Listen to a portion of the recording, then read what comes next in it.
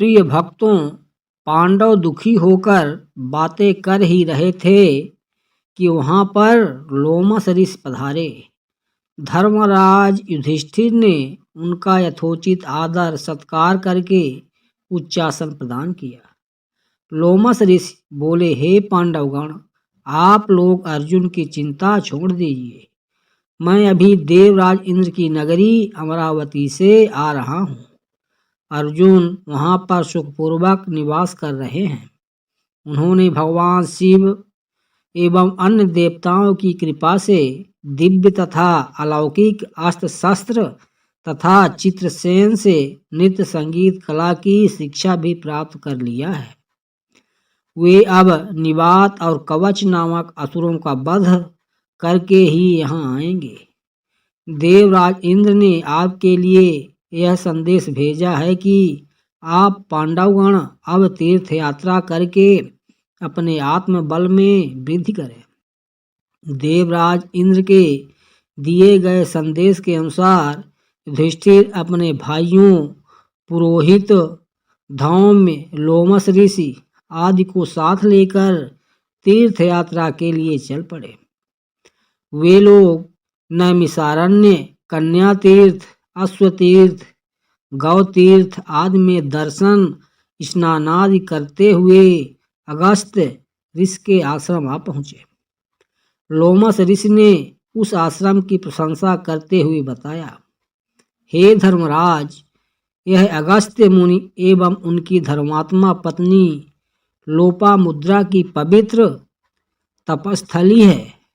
एक बार अगस्त्य मुनि यहाँ घूमते हुए पहुँचे तो उन्होंने एक गड्ढे में अपने पूर्वजों को उल्टे लटकते देखा। अगस्त्य मुनि के द्वारा उनके इस प्रकार से लटकने का कारण पूछने पर पूर्वजों ने बताया कि हे पुत्र, तुम्हारे निसंतान होने के कारण हमें यह नरक कुंड मिला है। इसलिए शीघ्र अपना विवाह कर पुत्र उत्पन्न करो, जिससे हमारा उद्धार हो। प्रीतिगणों की बात से दुखी होकर अगस्त्य एक सुयोग्य पत्नी की खोज में निकले और विदर्भ देश की राजकुमारी लोपामुद्रा से विवाह कर लिया। जब अगस्त्य मुनि ने लोपामुद्रा के सौंदर्य पर मुग्ध होकर पुत्रोत्पत्ति की अभिलाषा से उसे अपने पास आने के लिए कहा तो लोपामुद्रा बोली कि हे स्वामी, मैं राजकुमारी हूँ, इसलिए आपका मेरे साथ समागम भी राजोचित ढंग से होना चाहिए।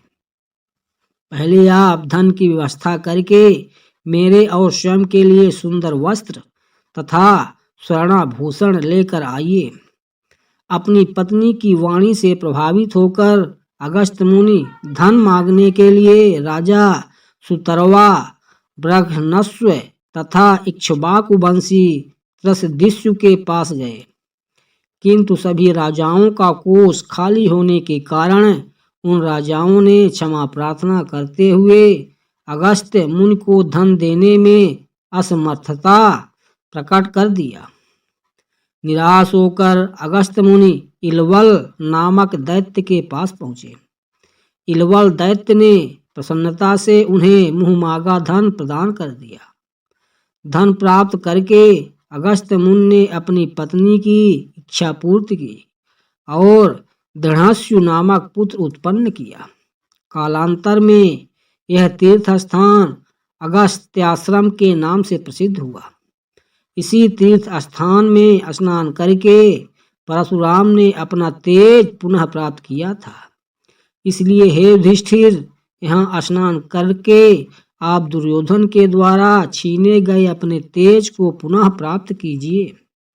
लोमस ऋषि के आदेशानुसार वहाँ स्नान पूजा आदि करके युधिष्ठिर ने लोमस ऋषि से पूछा, हे प्रभु, कृपा करके यह बताइए कि परशुराम निस्तेज कैसे हुए थे।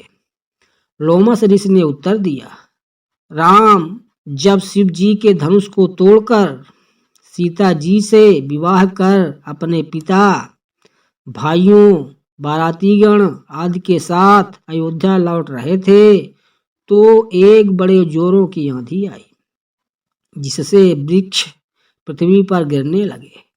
तभी राजा दशरथ की दृष्टि भृगुकुल के परशुराम पर पड़ी। उनकी वेशभूषा बड़ी भयंकर थी।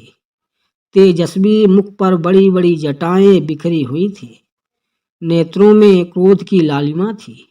कंधे पर कठोर फरसा और हाथों में धनुष बाण थे। ऋषियों ने आगे बढ़कर उनका स्वागत किया और इस स्वागत को स्वीकार करके वे श्री रामचंद्र से बोले, दशरथ नंदन राम, हमें ज्ञात हुआ है कि तुम बड़े पराक्रमी हो और तुमने शिव जी के धनुष को तोड़ डाला है और उसे तोड़कर तुमने अपूर्व ख्याति प्राप्त की है। मैं तुम्हारे लिए एक अच्छा धनुष लाया हूँ। यह धनुष साधारण नहीं है, जमदग्नि कुमार परशुराम का है। इस पर बाण चढ़ाकर तुम अपने शौर्य का परिचय दो। तुम्हारे बल और शौर्य को देखकर मैं तुमसे द्वंद्व युद्ध करूंगा।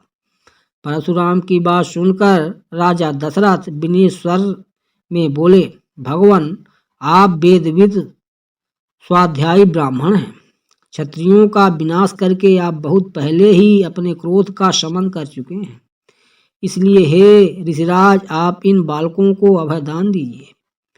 किंतु परशुराम जी ने दशरथ की अनुनय विनय पर कोई ध्यान न देते हुए राम से कहा, राम, संभवतः तुम्हें ज्ञात नहीं होगा कि संसार में केवल 2 ही धनुष सर्वश्रेष्ठ माने जाते हैं। सारा संसार उनका सम्मान करता है। विश्वकर्मा ने उन्हें स्वयं अपने हाथों से बनाया था। उनमें से पिनाक नामक एक धनुष को देवताओं ने भगवान शिव को दिया था। इसी धनुष से भगवान शिव ने त्रिपुरासुर का वध किया था। तुमने उसी धनुष को तोड़ डाला है। दूसरा दिव्य धनुष मेरे हाथ में है। इसे देवताओं ने भगवान विष्णु को दिया था। यह भी पिनाक की भांति ही शक्तिशाली है। विष्णु ने भृगुवंशी ऋषिक मुनि को धरोहर के रूप में यह धनुष दे दिया। वंशानुवंश रूप से यह धनुष मुझे प्राप्त हुआ है।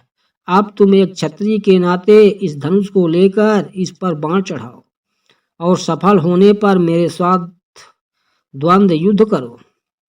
परशुराम के द्वारा बार बार ललकारे जाने पर रामचंद्र बोले, हे भार्गव, मैं ब्राह्मण समझकर आपके सामने कुछ बोल नहीं रहा हूँ, किंतु आप मेरी इस विनयशीलता को पराक्रमहीनता एवं कायरता समझकर मेरा तिरस्कार कर रहे हैं। लाइए, धनुष बाण मुझे दीजिए। यह कहकर उन्होंने झपटते हुए परशुराम के हाथ से धनुष बाण ले लिए। फिर धनुष पर बाण चढ़ाकर बोले, हे भृगुनंदन, ब्राह्मण होने के कारण आप मेरे पूज्य हैं, इसलिए इस बाण को मैं आपके ऊपर नहीं छोड़ सकता। परंतु धनुष पर चढ़ने के बाद यह बाण कभी निष्फल नहीं जाता। इसका कहीं न कहीं उपयोग करना ही पड़ता है। इसलिए इस बाण के द्वारा आपकी सर्वस्त्र शीघ्रतापूर्वक आने जाने की शक्ति को नष्ट किए देता हूँ। श्री राम की यह बात सुनकर शक्तिहीन से हुए परशुराम जी विनय पूर्वक कहने लगे, बाण छोड़ने से पूर्व मेरी एक बात सुन लीजिए। क्षत्रियों को नष्ट करके जब मैंने यह भूमि कश्यप जी को दान में दी थी, तो उन्होंने मुझसे कहा था कि अब तुम्हें पृथ्वी पर नहीं रहना चाहिए, क्योंकि तुमने पृथ्वी का दान कर दिया है। तभी से गुरुवर कश्यप जी की आज्ञा का पालन करता हुआ मैं कभी रात्रि में पृथ्वी पर निवास नहीं करता। अतः हे राम, कृपा करके मेरी गमन शक्ति को नष्ट मत करो। मैं मन के समान गति से महेंद्र पर्वत पर चला जाऊंगा। चूंकि इस बाण का प्रयोग निष्फल नहीं जाता, इसलिए आप उन अनुपम लोकों को नष्ट कर दें जिन पर मैंने अपनी तपस्या से विजय प्राप्त की है। आपने जिस सरलता से इस धनुष पर बाण चढ़ा दिया है, उससे मुझे विश्वास हो गया है कि आप मधु राक्षस का वध करने वाले साक्षात विष्णु हैं। परशुराम की प्रार्थना को स्वीकार करके राम ने बाण छोड़कर उनके द्वारा तपस्या के बल पर अर्जित किए गए समस्त पुण्य लोकों को नष्ट कर दिया और इससे परशुराम जी निस्तेज हो गए। फिर परशुराम जी तपस्या करने के लिए महेंद्र पर्वत पर चले गए। वहां उपस्थित सभी ऋषि मुनियों सहित राजा दशरथ ने रामचंद्र जी की बहुत प्रशंसा की। प्रिय भक्तों, इस प्रकार की जानकारी पाने के लिए कृपया वीडियो को लाइक और चैनल को सब्सक्राइब कर लें।